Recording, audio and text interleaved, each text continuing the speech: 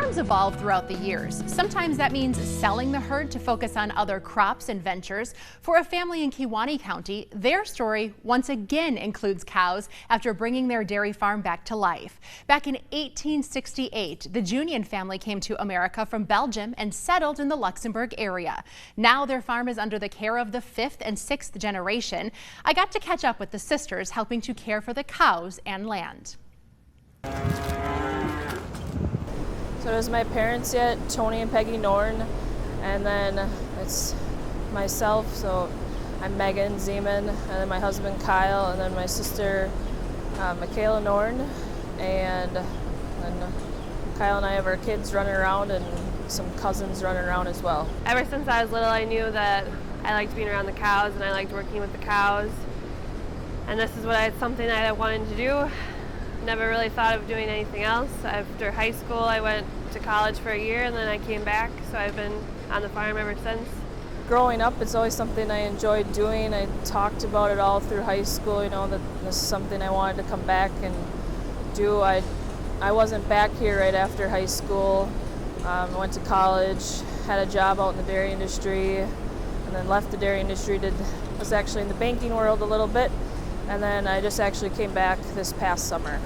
Women have always had an important role in the operation, even helping with field work in the 60s when it wasn't too common. I like being with the cows, and some of it is just having my kids grow up around the cows and the family like I did.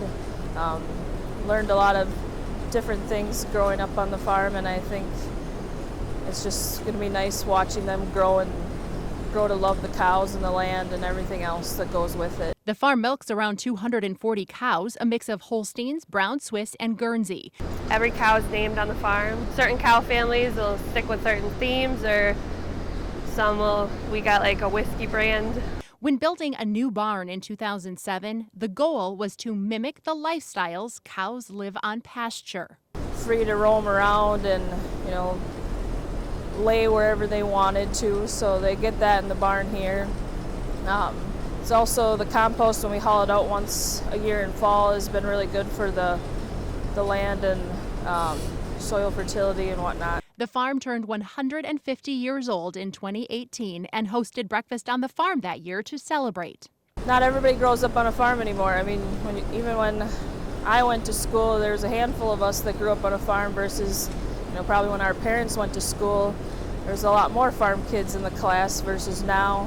I think it's just important that we showcase, our dairy story and let people know, what it's really like on a farm and where their food comes from, and that we're people just like they are, and we enjoy the products that we produce just like we hope that they do as well. If you love learning more about the history of our local farms, attend a June Dairy Month event. You can visit wisconsindairy.org/national-dairy-month to find one near you.